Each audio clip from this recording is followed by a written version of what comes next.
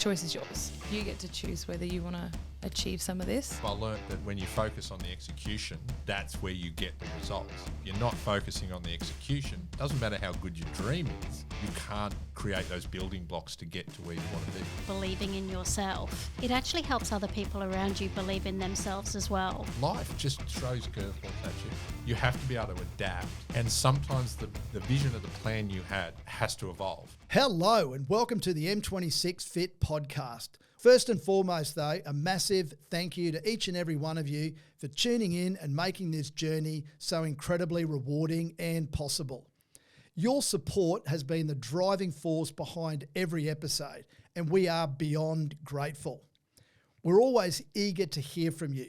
So if you have any questions or topics that you'd like us to cover, please don't hesitate to send them our way. We love diving into your curiosities, and so we can continue to provide content that educates, inspires, and empowers you to become the strongest, fittest, and healthiest version of yourself. Now, if you want to learn more about M26 FIT, you can check out our socials and also head over to our website where you can sign up for a challenge, inquire about one of our adventures, and check out our range of men's and women's apparel. But now, grab your headphones, settle in, and let's get cracking on yet another exciting episode. All right, today we got a special goal-setting episode, and I'd just like to welcome our guests. We got Katie Staggs. Hello. Jeff McKeon. Hello, mate. And Karen Pyke. Hello. Joining us today. So the year is obviously 2024, and I'm calling it the year of achievement. That's my view on it. And let's kick off by having a little conversation around why goals are important. Do you want to kick us off, Katie? Yeah, absolutely. I think for me, I've always been like a dreamer, but goals actually put it on paper. So you can dream and you can have a vision, but goals actually mean you're putting things in place to actually achieve that. And I've probably found in the last couple of years, the more goals I've set and actually put it on paper, I've seen progress in my life. Across a variety of different areas, because I've actually put something in place to be able to achieve the vision. Yeah, well said. That's actually exactly the same as me. I'm very much a dreamer. I've been told that since I was a young boy, and yeah, being able to actually put those visions and those dreams onto a piece of paper and come up with a bit of a plan and a program has certainly helped me. What about you, Jeff? Well, I was never very good at paying attention to the finer details. And then I got married, and that taught me about a different way of approaching it. So you talk about being dreamers. For me, it was very much the big idea, but it came down to I always struggled with the execution and the follow-through. And then over time, I learnt that when you focus on the execution, that's where you get the results. If you're not focusing on the execution, doesn't matter how good your dream is, you can't create those building blocks to get to where you want to be. Yeah. Cool. Yeah, I think for me, so probably for a lot of my life, I didn't really, I had goals, but I never really verbalized them, and I didn't really know what I was doing.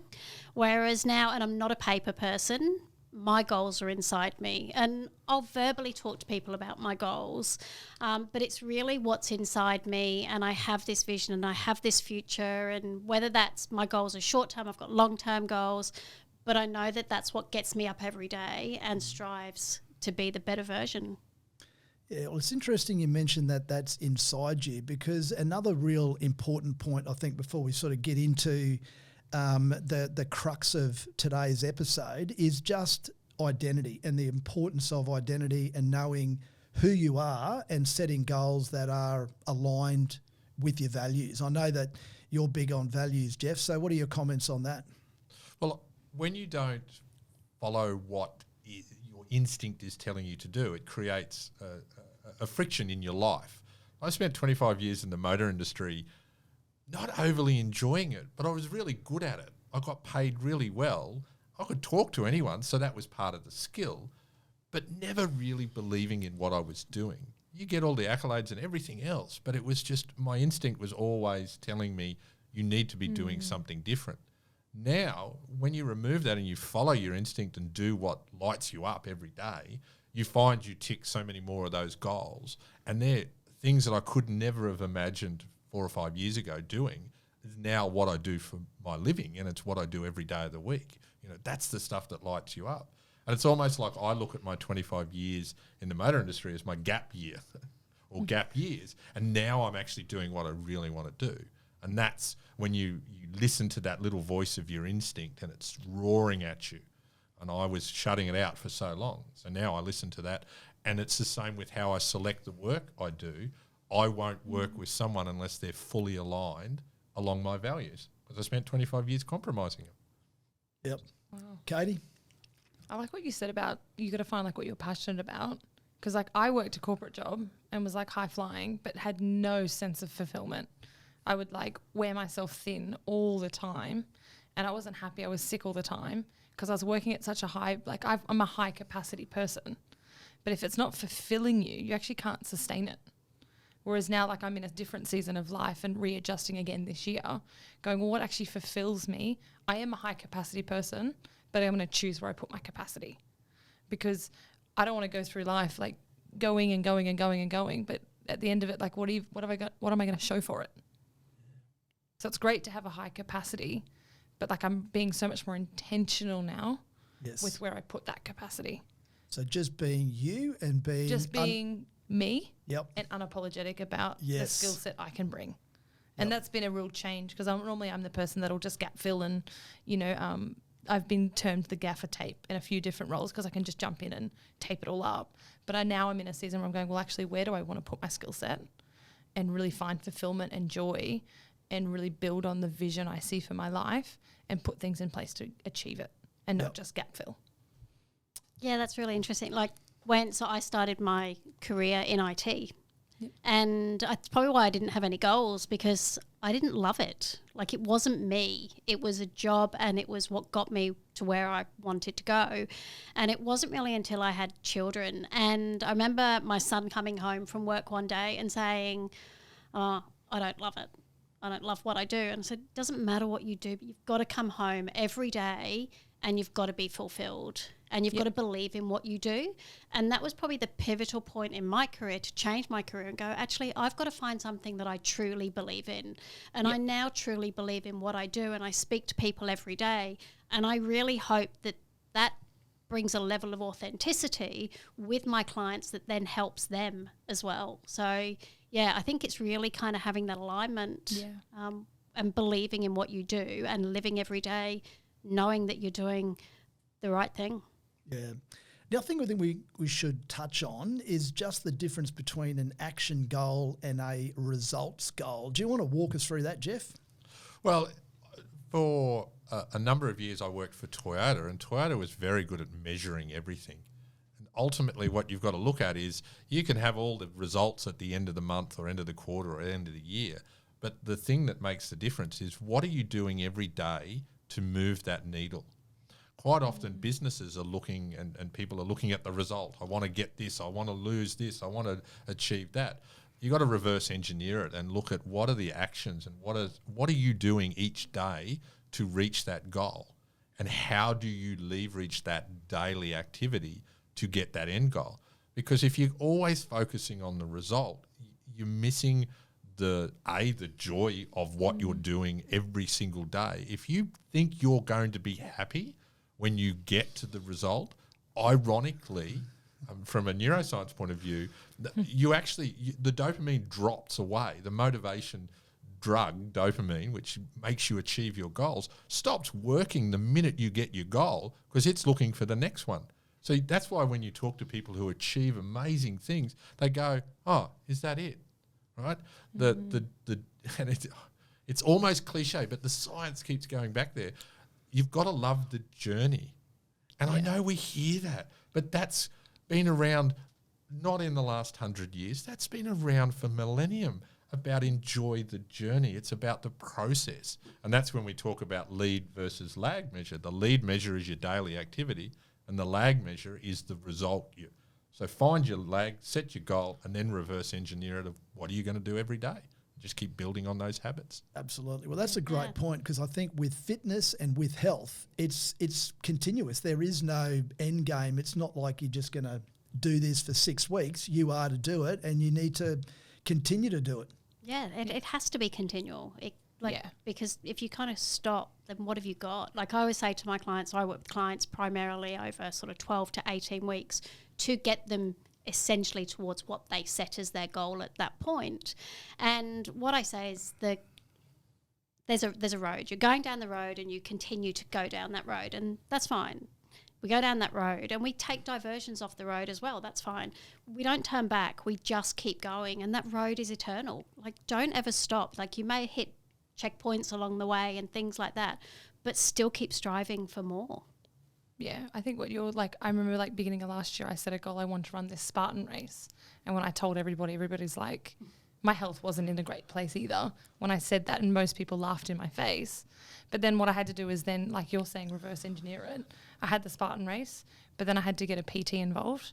And it wasn't that I just decided on a one-off Sunday I was going to run a Spartan race. That meant I had to be in the gym 3 to 5 times a week, even when I didn't feel like it, until I could build that routine and keep building on that routine. And as I came to the end of that goal, I was like, I need to have something else, because otherwise I'm going to drop off. If I don't have the next thing to go to, I'm going to crash out. So then I set the next goal, which was then I was like, I could run a half marathon. I can barely run 5Ks, but let's sign up for a half marathon. And then you start to put the next goals in place and you keep building on that momentum. Whereas if you just set like a one-off goal and then just all of a sudden stop, you just bottom out. All right. So that brings me to attitude, our first point. So how important is attitude? Obviously starts with a vision. That's a massive thing with me, is being able to visualise, and again, come back to what I said earlier, having the dream, but being able to really clearly picture that dream, that desire, I guess. So let's have a chat about that.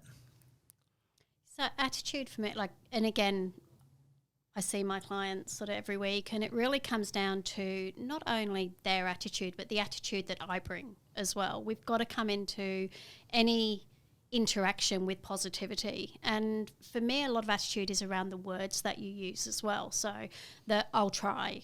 A try is not a positive attitude. It's like, I'm going to, I will achieve this.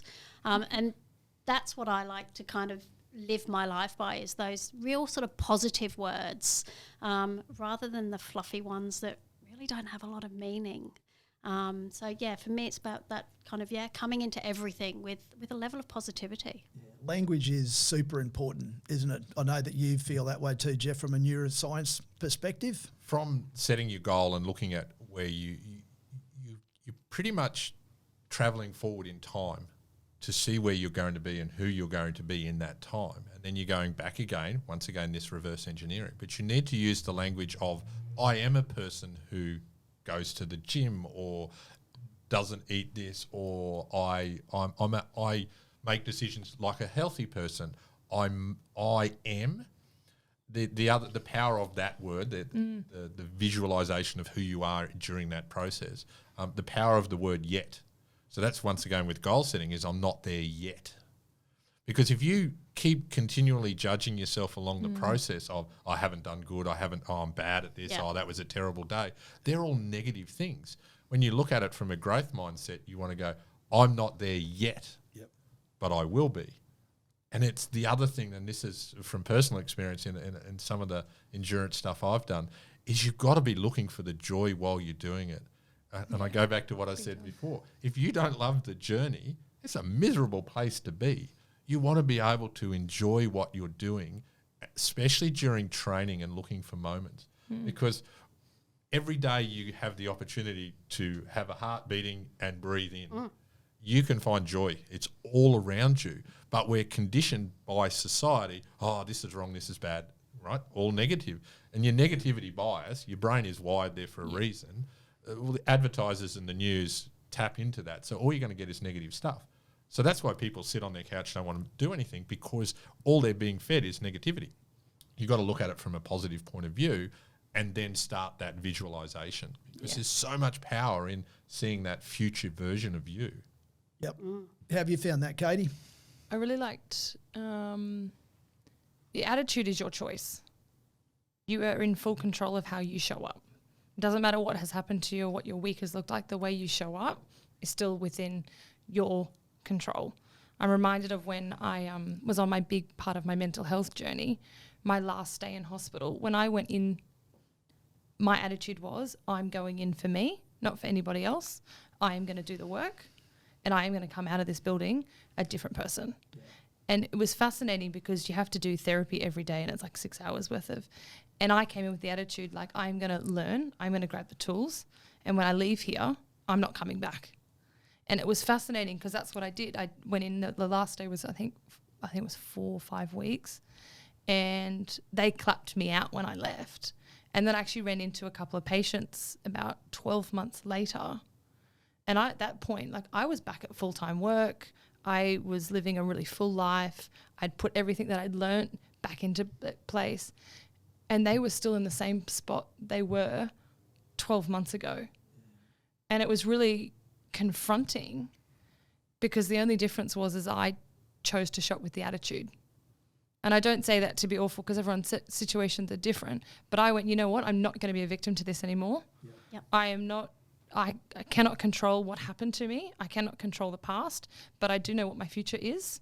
And I'm going to use positive language. And I wasn't there yet, but I know exactly where I'm going. And so when I've been setting goals now and, you know, you do a Spartan race, I'm like, oh, I can do that. And everyone's like, you can't. Yeah. I said, oh, I'm mentally strong. Yeah. I will. Like, quitting's not an option for me. Yeah.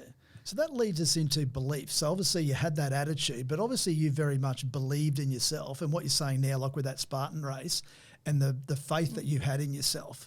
So how did that play out for you in your mind, just in that inner belief, knowing that you could do it? It definitely got me across the finish line because I ran the Spartan race solo. So most people run it in a team. Yep. I ran it solo. So I had to 100% back myself.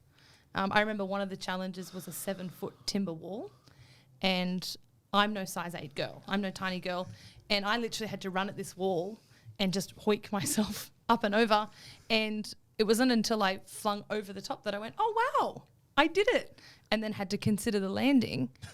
Yeah, which, you know, I kind of was like, I kind of hit the ground and then rolled a few and then just stood up and just kept running. Yep. And I went, I'm actually stronger than I realise.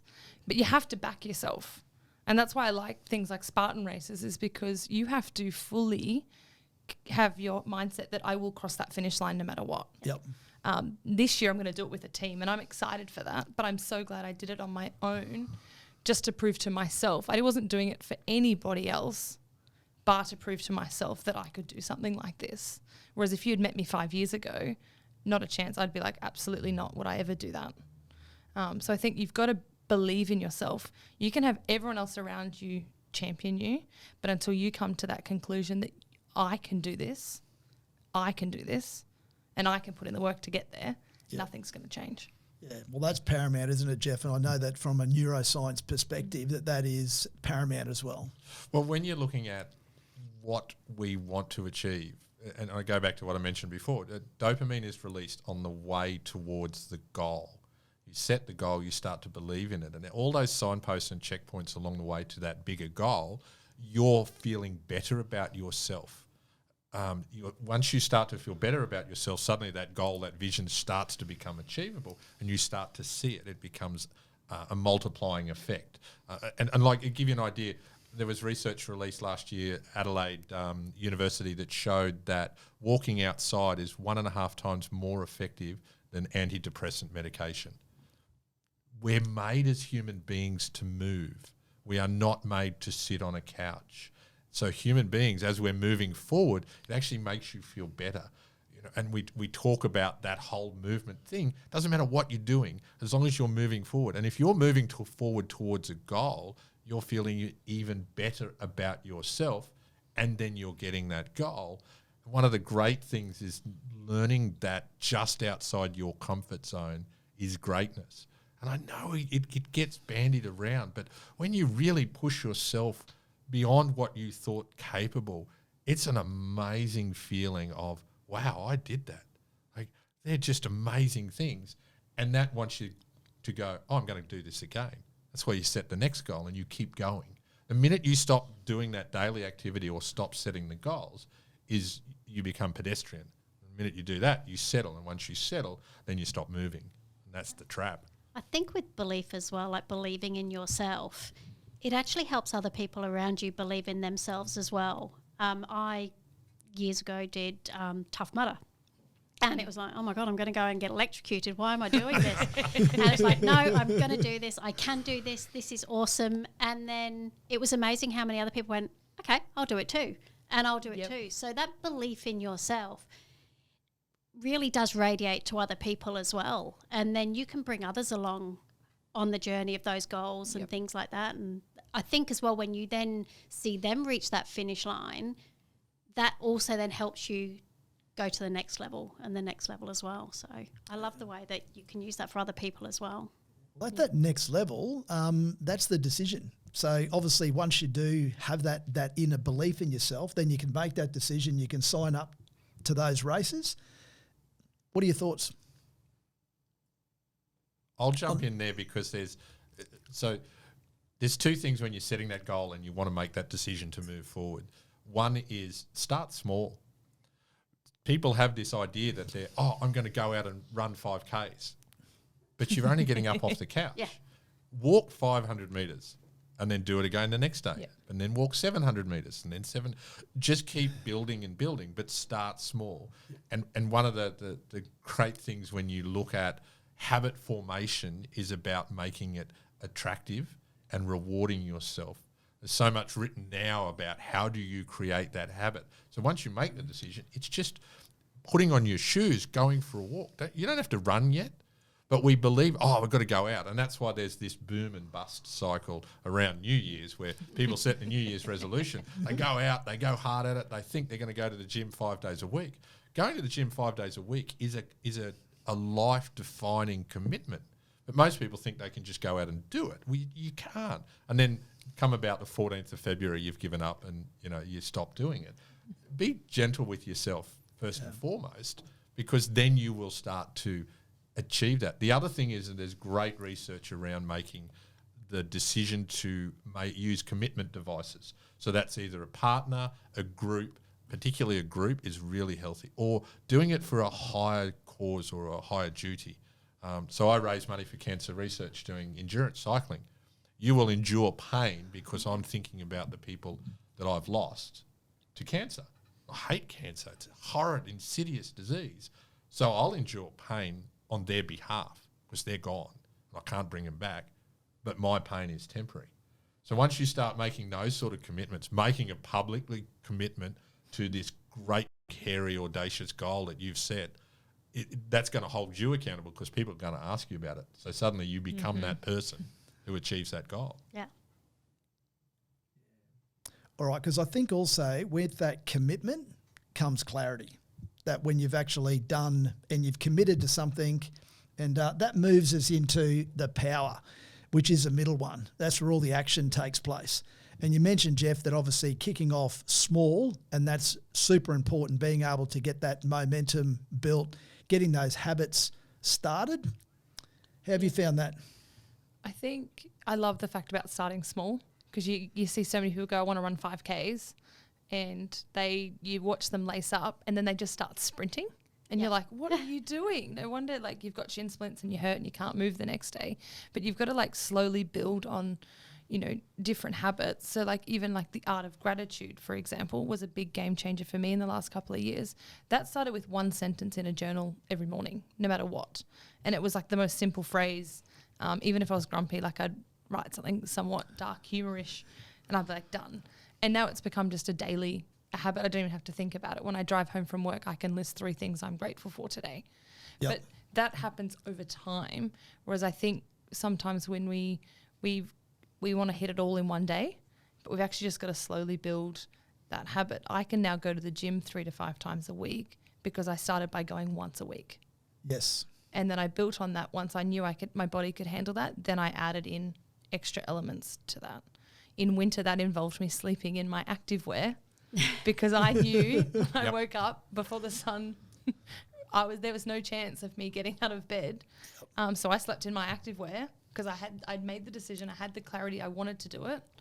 But the action then I had to only get out of bed and put my shoes on. Yes. And just turn up at the gym. Yeah. So you had a plan and a strategy as well, which is obviously part of that action phase, isn't it? Yeah, absolutely. Like you've got to have that plan, and you've got to have little things that are going to help you to achieve that plan. Like I said, you can't do it all in one go. So I used to do a lot of group training. I used to train a lot of people, and we'd get up and we'd be outside at 5 o'clock in the morning. And yes, we live in Queensland, but 5 o'clock in the morning in winter in Queensland is cold. So I would say to all of the people that I was training, make sure you've got your clothes ready. Set them out the night before. They're there, they're ready. You've got to get up, put them on and leave. Whereas to get up in the morning and then go, oh, where's my clothes? Where's this? It's all too much. It's like, oh, I'll just crawl back into bed. So just those little actions beforehand help you then to achieve. Absolutely. Jeff? Well, we've done lots of early mornings, but so long distance cycling, we train a lot to then do things. So I've ridden from Townsville to Brisbane a couple of times. So that's 1,600 kilometres over 8 days. Wow. When you break that back down to the discipline of the power, it comes from being prepared by having your kit out. It's ready, your bike's ready, everything's done. Yep. But the actual power comes from texting the person the night before. And that's your accountability buddy to say, I'll see you at 4:30 in the morning. Like when I train, I'll have alarms going off at 3:30, 4 o'clock, 4:30 in the morning because I'm still working, but I know I have to do the training. But it's that text message. It's the power of the accountability buddy, and that's when you talk about discipline. You want to be disciplined, you send that text message, because if you welch on your mate, you'll cop it for the rest of the week, right? And there are certain friends we know that are always like that. They always say, oh, yeah, I'll be there, and you know they're never going to be there. And the day they turn up, it's quite surprising. But it's that finding that anchor and then making that commitment. That's where the gold comes. And that's why, as human beings, we're evolved in communities to be a part of something. So if you manage to lock that together and become part of a community that does that, you want to go because you feel like you're part of that tribe. And that's why going to the gym or being involved in group fitness or something like that, or riding in a group, you feel that sense of belonging and you want more of that. That's where the success of the power comes from. Because obviously this now, we're smack bang in the middle. And you know, Jeff, when you're racing, in the beginning, there's all the hype, there's all the excitement, hey, let's go. But in that middle, that's when there's not many signs around that middle. And that's when I think it's at the toughest. And I think this is where most people struggle the most with that level of discipline of turning up day in, day out, being consistent, building those habits, building the momentum. So how do you feel around that discipline piece of being able to keep going? Like, Katie, you were training for those races and you'd signed up and then you started and you were going to the gym 1 day a week and then 3 days a week. What got you through and gave you that discipline and that consistency? I really wanted to prove to myself that I could do it. And once I said something, I'm a person of my word. And so I'll grind it out if I have to. So you've got a very intrinsic, obviously, because I think what you're saying, Jeff, which affects a lot of people, is that extrinsic where you need that external accountability. I'm very much like Katie. Yeah. I can, if I've decided, if I'm getting up at 4:30 tomorrow, then I'll just get up. And if my cycling buddy texts me and says he's not coming, well, I'm still riding. Yeah, it's taken me a while to get there, but I love the part you're saying about accountability, because when I did the Spartan race, I was then raising money for Black Dog Institute.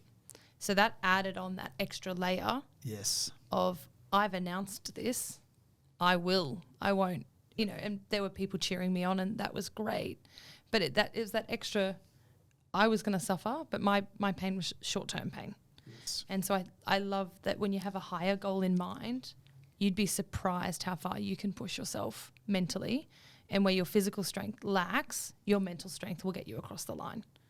But like there have been seasons of training last year that have been awful. And, I was like running and then got shin splints horrifically 3 weeks out before a Spartan race. And basically my whole training plan came to a grinding halt because of my shins. And we had to change everything. But I knew that I could still be disciplined enough to do the other parts of the training. So you've got to have accountability. My friends didn't run it with me and I still pay them out for that. But they were definitely on the sidelines cheering me on. And that was when I actually did the race, when I came back, there was a series of parts where you don't see me at all, and then I came running down this hill and I could hear them all cheering. Like that level of accountability that they may not have signed up for the race, but they were cheering me on. And it definitely did add and help. When I was very tired, they were still cheering me on. I think as well, like on something you said then, so it's like not everything's going to go your way. Like the shin splints, that was not in your future when you started. It was like, I'm not going to get shin splints. But it's then actually reevaluating and looking at your goals and having those plans and what can I do to still achieve the outcome that I'm going to achieve. So it's actually having that mindset going, right, that's it, throwing it all in the bin. It's not going to happen anymore. I've got shin splints, forget it. But coming back to attitude and everything else going, no, there's another way. It doesn't have to be just this way. It's kind of having that discipline to go, let's find another way. Yeah. Let's get the outcome and have the people cheering and listening to them as well. And that's where if you're focusing on, so you've got to have the discipline, and that's a huge part. To create the discipline is layering the habits and building the habits of a person who gets up in the morning and goes and does it, or does it at night time, or whenever you do it, or whatever it is you're doing. It's layering and building and building and building and stacking those habits. The other thing is going back to having compassion for yourself if the plan changes. Yes. If something is suddenly left of centre, whether it's an injury or life just throws curveballs at you. You have to be able to adapt. And sometimes the vision of the plan you had has to evolve.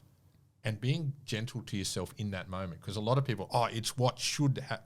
Well, no, you can't spend your life dealing in what shoulda, coulda, woulda. No. It's no longer the circumstance. How do I adapt and change? And that's where looking at, okay, this moment, I can't change what's happened. Let's move forward.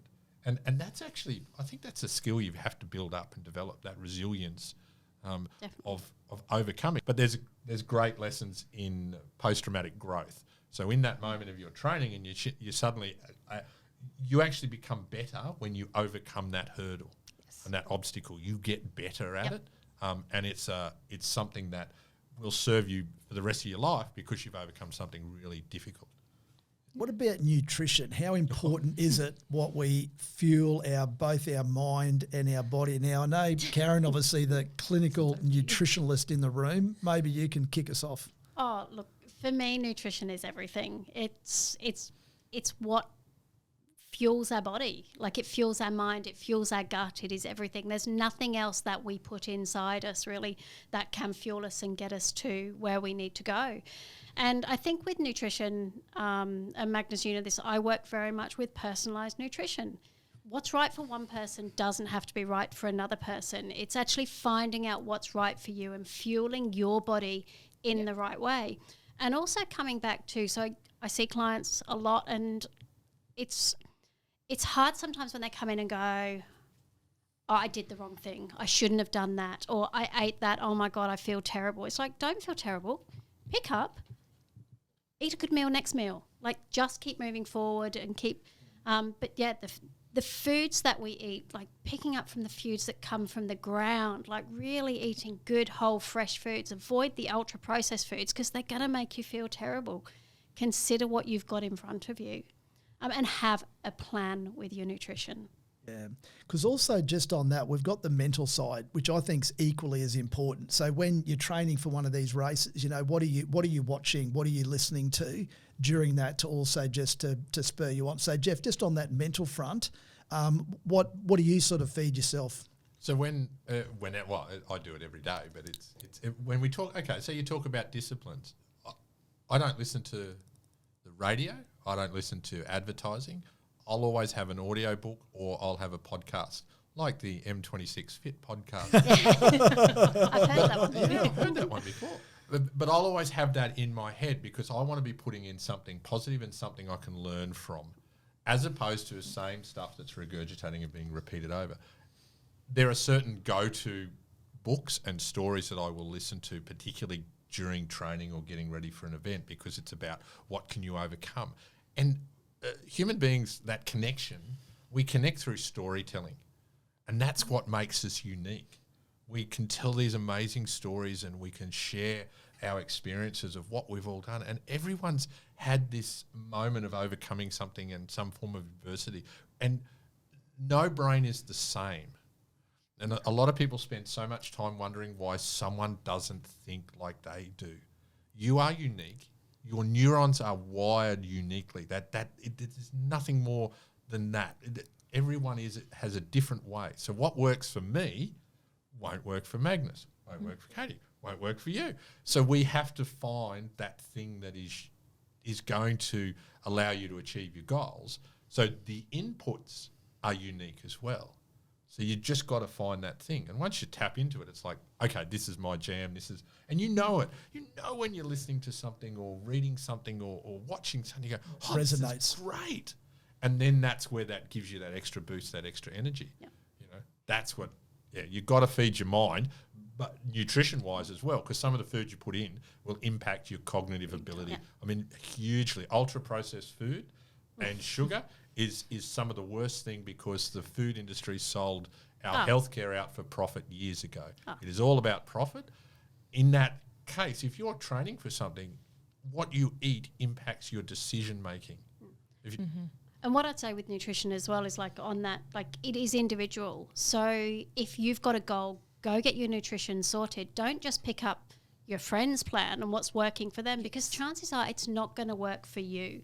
So really find out from a nutritional point of view, what do you need? What does your body need? What is it asking for? And I know, like, Magnus, you're very disciplined with your nutrition.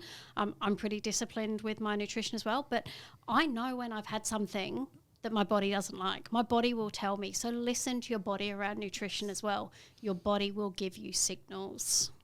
Yeah. Coming back to that whole individual that we started on, so you being you and figuring out what's best and what works for you.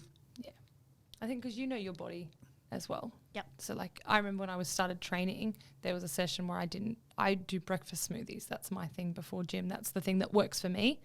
And we were halfway through a session with my PT, and he stopped me and he looked at me and he went, "You didn't have your smoothie this morning?" And I said, "Oh," and he goes, "We're tapping, we're not." He said, "Your body's not fueled at all." And I was so annoyed, but he was also very right, because I wasn't performing at my best. I couldn't do any of the sets that I would normally do. And that was a real pivotal point, because I always had learned that you calorie restrict. That was like always like, and that's just how from what you see on social media and things like that, that's just like the whole. And so he made me calorie count for like 2 weeks. And then he came back to me and he goes, "You're eating like half the amount of calories I need you to be eating, and your protein is horrific." And he's like, "I need you to eat more." And I was like, "What?" And so we've adjusted and we had to change. And, but geez, it made such a difference to everything else in my life. Like, I was so much more clearer in my job, for example. I all of a sudden was sleeping better. So nutrition is so much more vital than what we realize, because I've said this before, you can work out at the gym all you want, but if you're getting a Big Mac every time on the way home, what are you doing? You're not going to see the results. You're not going to see the long-term, you're not going to achieve anything long-term, because all you're doing is just spitfiling this cycle. Whereas until you start fueling yourself, like with nutrition and like looking after your mental, what's coming into your head, that's been massive in the last year. I listen to so many podcasts. And we know there's a massive link with nutrition and mental health as well. Yes. Big time. So, like, we've got to kind of start bringing it all together. Absolutely. And really understanding that. Yeah. All right, so we've got the right attitude, we've done the work, and now we're in the balance, which to me, I failed at this recently. I had a great attitude. I applied plenty of power, but I didn't rest. And I've subsequently had to learn that I'm no spring chicken anymore, and I need a certain amount of rest, and a minimum of 8 hours for me. And I know we spoke off camera before, Jeff, that you're very much the same. So let's have a chat about rest.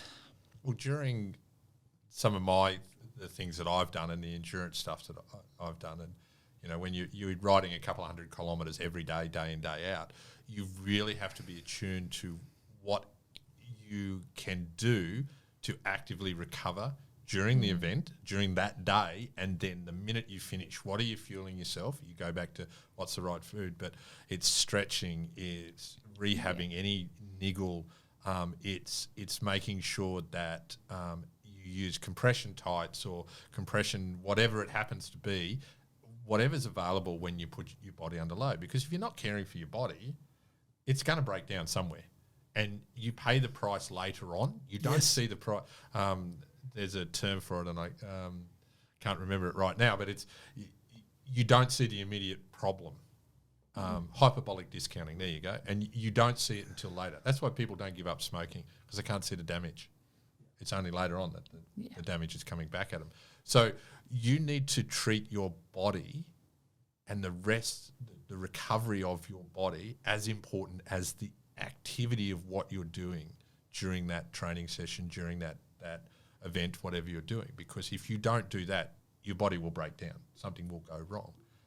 And I've done it where you have to force yourself in the middle of an event to have sleep and adequate rest. So I've now conditioned myself. I can go to sleep, and I'll go to sleep for 20 minutes. And I'll just set a time at 20 minutes. I'm gone, non-sleep, deep rest. My mind will shut down. And when I wake up, I'm refreshed. My body might still be tired, but my mind is refreshed. And then that gives me that ability to then go, righto, what's the next step? What's the plan? And that's what we need to do when you're doing any event, physical activity, exertion. What's your best recovery plan? Treat that as much as discipline as the actual, how many reps of this did I just do? Recover. Yeah, I think a lot of the time it comes down to that overtraining, underperforming as well. We have these goals, we have these things, and we sort of set expectations sometimes higher than what our bodies can physically achieve, and it comes down to nutrition and sleep and all of those sort of things. And that's where it's really important to listen to your body and listen to what your body's saying. And if you're feeling tired, you're probably tired. So listen to what your body's saying. Have that 20 minutes if you can do. I can't do the 20-minute sleep, but if you can do the 20-minute sleep, do it. So having that in you is really important. Like, don't sort of push yourself to your limits, because you will break, and you may not break today, and you might not break tomorrow. This could be years down the track. It could be even in the future. Overtraining causes a huge amount of inflammation within the body, and we know that inflammation leads to long-term illness. So really listen to what your body's saying. I love what you said about how you may not see it today, but we have to learn how to build rest into our routine. Like, I know when I hit rock bottom a couple of years ago, for most people it looked like out of the blue, but that was years in the making. And like, when you, like, hindsight's a beautiful thing. You can see it now. But like, when I hit rock bottom, I hadn't slept properly. I actually probably had almost no sleep for 3 weeks. And so when my body just physically just hit down, and now I'm so much more aware of where my capacity is. There are times where you can push your body past your breaking point, but you cannot live a life at that level consistently. You have to build that rest into your routine. Yep. You can like smash it out at the gym, but you have to have your rest days. You can do all the reps you want, but you have to have your rest between your sets. Because otherwise I'm like one of those people that just goes. Whereas my PT, for example, has this timer on the app we use, and he presses play, and I'm not allowed to touch the equipment until my timer goes off, because he knows I will keep trying to push myself past. And I've had to learn the difference between bad pain and good pain, because I've just been conditioned to always push through pain. Yep. And you've got to balance out and build that routine of rest. Yep. Otherwise you will push yourself past your breaking point, and then you've got a much bigger problem on your hands. It's also equally important, I think, too, to be resting your mind. Yes. In what you're doing. So, meditation can be a good thing, but were you going to say something on that, Jeff? Well, I was just going to say that, and Professor Matthew Walker's book, Why We Sleep, was just a game changer for me. I used to wear my lack of sleep as a badge of honour. I used to say I could sleep for 4 or 5 hours and go to work or go and train. And then I had a heart attack 5 years ago. So lesson learnt. So reading that book, while you're sleeping, from a neuroscience point of view, your brain is actually flushing out neurotoxins as you sleep. Mm-hmm. So if you deprive yourself of that sleep, you're actually clogging up the most important part of your meat sack, as it's been referred to. Your brain is getting particles that are staying in there that should be washed out. And if you keep sacrificing sleep or not sleeping, it has a massive impact on your cognitive abilities. And now the research is saying it's also linking towards Alzheimer's and Parkinson's, is that it's not doing its job. And our society is not allowed, especially the hustle culture. Yes. That's really... normalised. It's normalised. It's normalised, especially in the Western world. You've got to hustle, always work. Yep.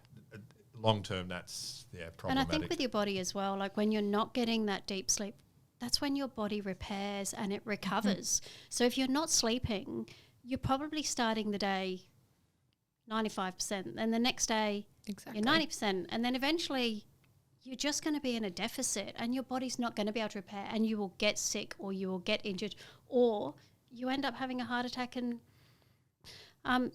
life changes, and you actually realise how important sleep then becomes. Speaking of heart attack, obviously that brings us to our next point, which is evaluation. And it's amazing how a heart attack makes you reflect.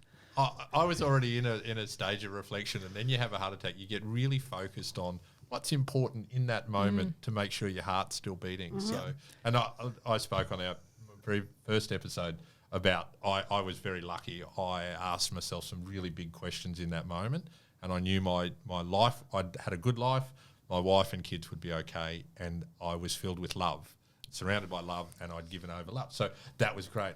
I worry about people if they're not in that moment and they haven't had that moment of reflection. That's where you've got to look at, hey, this is a moment. What do I do now? And that's where we talked about before. If injury comes up, hey, I've got to evaluate what I can do. How am I going to... And I don't like the word pivot. We overuse that during COVID, right? It's banned now unless you're talking about something that's got a pivot mechanism. That you have to be able to adapt and overcome. Yep. But you've got to be conscious of those moments of that acute reflection to go, I need to move and change the way I'm looking at this. Because sometimes we just get on, keep going, and no, actually stop. Something's trying to tell you, you need to listen. Yeah. I recently had a scuba diving injury and ended up in hospital for a few days with a heart and lung concern. Never had anything before. And it was really hard because scuba diving was something that I enjoyed doing. I did it with my husband. My kids had just learnt to scuba dive. And for a little while it was really hard because I felt that this had happened to me and I was stopping other people doing what they loved. But what I then realised is that we just choose something else. We find another path to do something that we love, because we're not going to stop. We're not going to just sit down and go, that's it. So sometimes things do happen within our bodies, within ourselves, that are actually signs to tell us, you know what, that maybe wasn't your path. Maybe your path is a different way. Absolutely. And I think also on that, it's measuring and monitoring what you're doing to see if that training's actually working. And like you pointed out, I think perspective and changing the angle in which you're looking at it, getting up high. I see as a leader early on in my career of just the importance of reflection and evaluating to see, because there's no point. You've got that great attitude and you're putting in all the action, but is that action actually getting you closer towards your goal? Yeah. There's that what's the great analogy? It's the manager makes sure people cut down the tree and everything's sufficient, and the leader comes along and goes, hey guys, you're in the wrong forest. Yeah. You're in the total wrong place. You've been really efficient, really good, but you shouldn't be over there. You should be over here. And sometimes life sends you that lesson. Yeah. I always quite often write that life is a relentless teacher, but you need to be paying attention to the lessons. And quite often, we talked about before, if people are in a victim mindset, they're not getting the lesson. They just keep falling back into that victim mindset. Yep. The lessons are there to be learned. Which is why you need to adjust. So once you've done that evaluation, you've done that reflection, you've seen what's working, what's not working, and then you make the adjustments. Yeah. And that's training plan. That can be life circumstance. It can be anything. But it's also, and I went back, and I'll keep mentioning it, compassion for yourself if it's no longer the coulda, shoulda, woulda. Yes. Because those moments, if you're still living in that, well, that's gone. That scenario has changed. So you need to go, okay, I'm on board now. And that's a skill. That's actually, I think, a lot of people need to focus on learning that and going, and letting go of where they were to, okay, this is my new path. I think letting go of where they were, but also reflecting on the good times that came from where they were as well. Because I think sometimes that we have something happens and we have to change, and we then just park it and go, oh, that was awful. That was the worst time ever. It's like, actually, there was a real journey and there was a lot that you can learn from what you actually did. And you may have seen some amazing things and done some amazing things. So actually really embrace that and enjoy that. Don't see any negativity in it. Like, negativity is one of those things that just, I think it's awful. Like, to hold negativity in you, to me, is another thing that can, from an energetic point of view, can cause us long-term health concerns. So embrace it, look at it, find all of the good, and then move on to the next thing. Well, that's, and using that word positive and negative and the good and the bad, but that's the power, and you were speaking before about gratitude. So now we know, and the science backs up, the power of gratitude overcomes your negativity bias. If you condition yourself to be grateful, you will have a better experience throughout your day. If you prime your morning with gratitude, your day will be better. Yep. If you watch the news in the morning, guaranteed to have a worse day because you've primed your negativity bias to look for all the worst stuff. Correct. So we went back before about what you're feeding the nutrition of your brain. If you're putting the news in and the first thing in the morning, if you watch the first 5 or 10 minutes, you're getting the worst of the worst. And you're powerless because you can't change it. So you're going to start the day feeling bad. That's where gratitude's such a powerful leverage of achieving what you want to do. And particularly if you're grateful for the day, and when you're grateful for your heart beating in your chest, I've got to tell you, that's a pretty powerful moment. Totally. Yeah, absolutely. Like from a nutritional point of view, I speak to my clients and I say, start the day well. Start the day with a great breakfast. Go sit outside. Enjoy the sunshine. We know that daily morning sunshine increases that serotonin. Yes. So that it makes you feel happy and good and ready to start the day. Don't start the day with that much negativity, because chances are it'll continue through your day.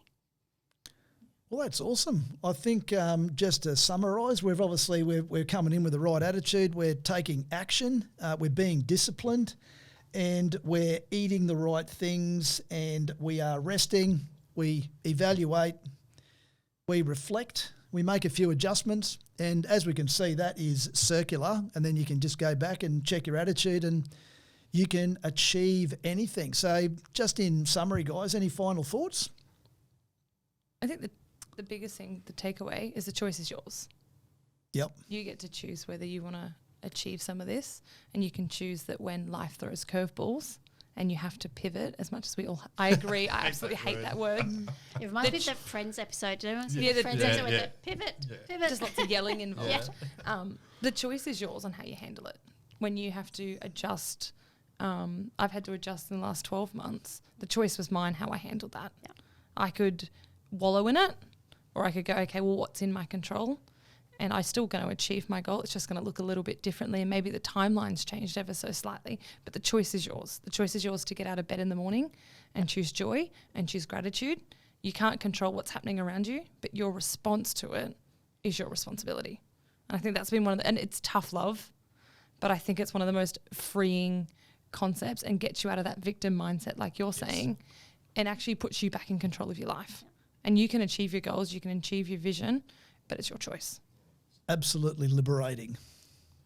I look at it, and when we go back to attitude, and it doesn't matter what you're trying to achieve, the most important thing to learn is you have a choice.